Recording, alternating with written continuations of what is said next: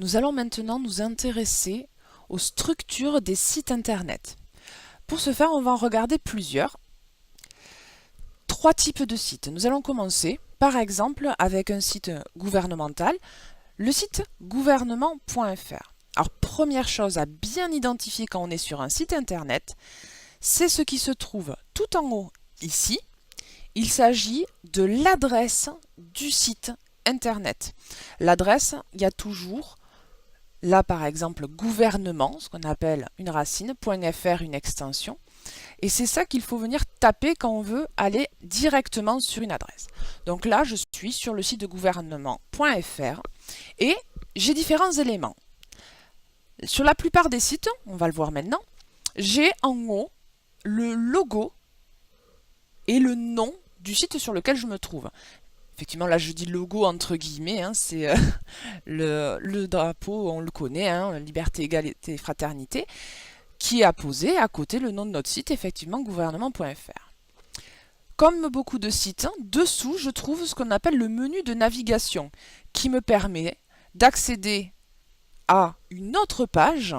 C'est ce que l'on appelle un lien hypertexte, un lien de navigation. Et là, souvenez-vous d'une règle très simple. Pas de main, pas de lien. Effectivement, regardez, ici, je retrouve ma souris normale et je peux cliquer, rien ne se passe, je ne me déplace pas. Si par contre, je viens me déplacer là où j'ai la main, on voit ici que l'adresse a changé, je me suis retrouvée dans un autre aspect, une autre page de site, et donc ça me permet de me déplacer. Donc dès que j'ai une main, voyez, dès que j'ai la main, ça veut dire qu'il va se passer une action et je vais activer un lien et je vais pouvoir me déplacer, comme là par exemple ça lance une vidéo, etc. Donc voilà pour un site. Zone aussi très importante, on va voir sur les deux autres qu'on l'utilise beaucoup, une zone de recherche. Beaucoup de sites ont ce qu'on peut appeler un moteur de recherche interne et ça va me permettre d'effectuer une recherche au sein du site. Voilà pour le premier site. On va voir sur les autres comment ça fonctionne. Je viens sur un site ici que j'ai déjà affiché qui s'appelle Super Toinette. Qu'est-ce que c'est Super Toinette? C'est un site de recettes de cuisine. Eh bien, je retrouve un petit peu la même chose.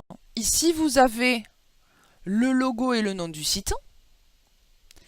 J'ai en dessous un menu. Admettons, je clique sur recettes de cuisine. Et vous voyez, j'ai un sous-menu qui apparaît. Par exemple, je vais prendre cuisine de grand-mère. Et comme j'ai la main, j'ai un lien vers la page des recettes de grand-mère. Et on voit bien que mon adresse, elle a changé. supertoinette.com/recette/138/recette la cuisine des grand-mères. Et ça, c'est l'adresse exacte. Vous pourrez aussi entendre parler d'URL. C'est la même chose. Et donc, je vois que je peux accéder à des recettes. Ce site, le premier, nous avions vu un site, ce que l'on appelle vitrine, et là on n'est plus sur un site de type blog. C'est-à-dire que j'ai des articles à l'intérieur, par exemple la galette des rois ou kaki. J'ai un lien, je peux cliquer dessus, et j'arrive effectivement sur le contenu final de ma page sur la galette des rois au kaki.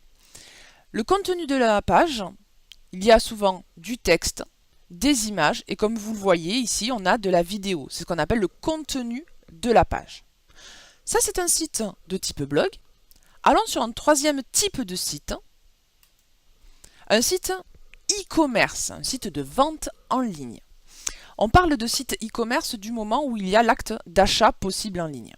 Et donc là, je retrouve toujours comme d'habitude le logo et le nom du site sur lequel je suis. J'ai toujours un menu.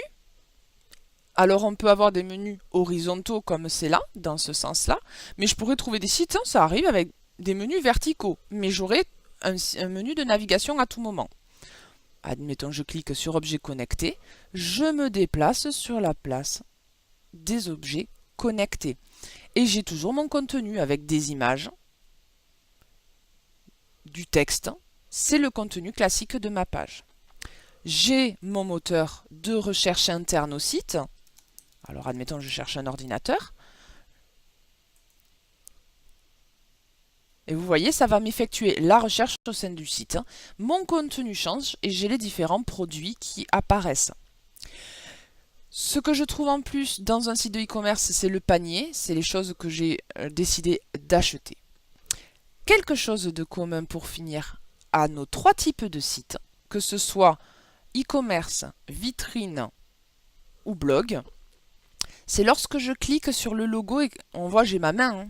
Si je clique, ça me ramène ici, vous voyez, sur ce qu'on appelle la page d'accueil du site.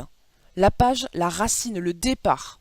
Vous voyez, si je clique, je vais arriver sur le site de boulanger.com. C'est très pratique quand on navigue sur un site internet. J'y reviendrai un peu plus tard encore pour vous le rappeler. Donc voilà les différentes structures d'un site.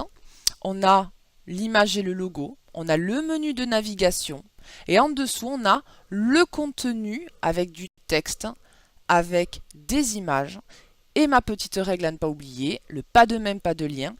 Si je veux me déplacer sur quelque chose, il faut absolument que j'ai ma petite main qui me le dit. Allez, voilà pour les sites.